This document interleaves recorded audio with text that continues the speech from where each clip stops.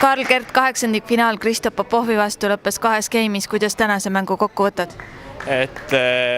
Minu mängu kvaliteet ei olnud nii hea kui eelmistel päevadel, küll aga vastane oli must tunduvalt parem erinevates löökides kui ka füüsilise olekuga. Mis plaaniga mängima läksid?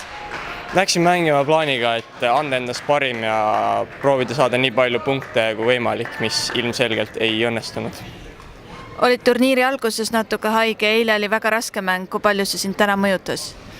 No see eilne mäng, ütleme nii, et jättis väikse väsimuse sisse ikkagi tänasesse mängu, et selle tõttu sai mäng natukene ka kannatada, aga ei tea, okei.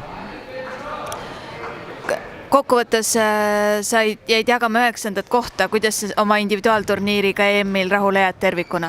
Kindlasti võib väga rahule jääda 9. kohaga, sellepärast, et mul ei olnud paigutust ja vastased olid väga tugevad, keda ma võitsin eelnevalt. Mis on su eesmärgid, plaanid edasiseks? No praegused eesmärgid nüüd on näha kodus vaeva ja trenni ja siis minna täiskasvanud klassi proovima mängima. Aitäh ja soovime sulle edu! Super.